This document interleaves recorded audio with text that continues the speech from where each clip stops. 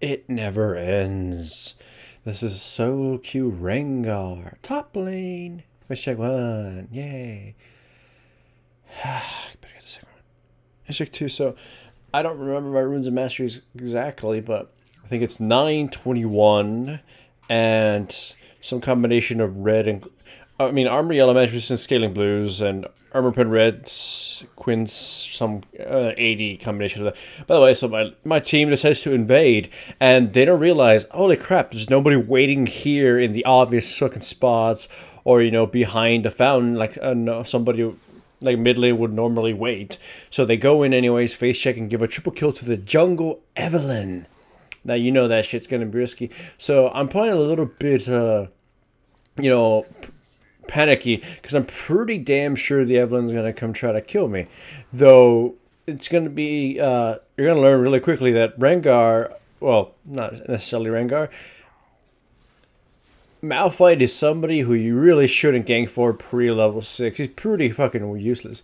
So as you saw here, instead of running away completely and letting them bash at me, I tried to kill the Evelynn, and that was enough to deter her and just make her force her back. And of course, Malphite couldn't kill me by himself. In comes Jarvan, we deal some damage, hooray for us, but it's not going to amount to much. It took his flash, so that's good. As far as rejuve beads go, building a Tiamat, and that's their purpose. And then I get ganked again. I run around. I dodge their first thing by going through the bush and jumping back. And then I just flash it and walk away. Buy a pickaxe and a pink ward. Because fuck that Evelynn. At the beginning, I was like, I should buy a green ward. No, it's Evelynn. I really hate Evelynn. Mostly because she's kind of a very risky jungle, but in lower levels, lower elo divisions, he just kind of stomps the shit out of everybody. Especially, dumb partners and then whatever. So Malphite puts a pink ward, and that tells me two things are going to happen. He wants Evelynn to come gank me, which is a really stupid idea. She should focus other lanes. And he just wants to deny me vision and protect himself from Jarvan, of course. However, seemingly Evelynn doesn't bother helping him as much as he thinks she would have, because now that pink ward's kind of put to waste. I'm pushed to my tower anyways. He's pushing kind of relentlessly, and then Evelynn dies. So keep in mind, Evelynn bought a needlessly large rod with all the gold she obtained in the beginning, and I feel that was a massive mistake. Her AP isn't gonna really help her clear as much. Oh, by the way, he's just a wasted ult. I did that poorly. He saw me. I made it too obvious that I was gonna do that, so yeah. Anyways, Evelynn, I think she should have gone better with Spirit of the Lizard Elder. That item, or at least, not hear me on this. That item, or even the Twin Shadows thingy, whatever it's called. That's Twin Shadows. Yeah, it's called Twin Shadows. Fine. Some people call it, spooky ghosts. But yeah, why would that have been better? Nobody right now would, nobody, including even myself, would be able to deal with all them with a cheesy amount of CC she'd have with that, and she'd have it early. I mean, yeah, it'd be a huge gamble, but I think it would have paid off just to get a lot more cheesy ass ganks, especially on bottom lane. Spooky ghosts come out, snare them both, they're forced to escape, then just come back later with their stealth again, or force us all to have pink wards. Whatever. I use my ultimate, go in, jump in, just eviscerate this Akali. Jarvan tries to kill Steel and dies as a result. So it's kind of a little vindication for me there. So, either way, I'll explain. Why Tiamat? Well, I really love the swing reset component of it, and I really like the fact that if I can actually get the triple Q, which I rarely do because I tend to, fumble around with that, triple Q with a Tiamat, it's just kind of a really cool thing to watch. Plus, I want to split push to living shit out of this Malphite, because all he's doing is pushing, and I want to push him out and then go gank other people. My team is surprisingly catching up to their shenanigans. The Evelynn's pretty much been useless. I would say that it wasn't just her item build, which I don't feel was great. It's better now, but it should have been better from the very start. I think the biggest problem was the Evelynn didn't try to pick the right gank targets at the start. She tried ganking people when they were put close to their tower, and she's got no CC. Remember, Evelynn has no CC. She tried ganking me twice, which both failed because I'm a risky target, and Malphite is pretty goddamn useless when it comes to helping ganks. However, here is where I actually fucking die. I stick around, Malphite ults me, and he uses his own exhaust, and I just get CC'd down to, well, not CC'd, I just get bursted down to hell and back. So that's one way to die. Still, my team is essentially beating them now in gold value. They have more kills, but they're all concentrated on Evelynn. And my team is essentially, aside from their Malphite, their team is completely, squishy as hell. We can annihilate anybody. They have an assassin in front. They have me as an assassin, so I can pick one person and gut them, and then they're out of the. And then the rest of the team will fall. Here, no one really wants to fully engage. The Tristana flashes for no goddamn reason, so now she's gonna be prey for me.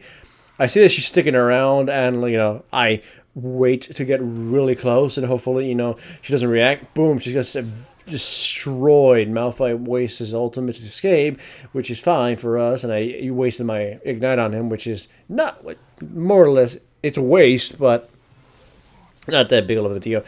Jump on the Lulu, in comes Akali, and here's where we blundered. This is where we realized we really need oracles or pink wards, because we can't fucking kill this Akali, and then I can't really kill anybody else, so I'm going to die here. And then the rest of the team is going to die, and Akali gets herself a card. They are only 1,000 gold below us, but the gold is concentrated on Evelynn and Akali, not necessarily anybody else. Albeit, they're not doing too bad, shabby. But one thing I did say in the chat that when like 12 minutes rolled in, I said, you know what? Like, their CES is just awful. We can win it as we just keep farming, and you can tell my team's collective farm is just a lot better than theirs. I jumped to Tristana, she gets destroyed though. Janna picks up the kill on that. Akali just realized that we have a pink ward, so she's got no escape. She flashes over the wall. I think just if it was going to go for the easy, obvious choice of Akali, and I don't know why he turned on Evelynn. So we try to CC her to no avail.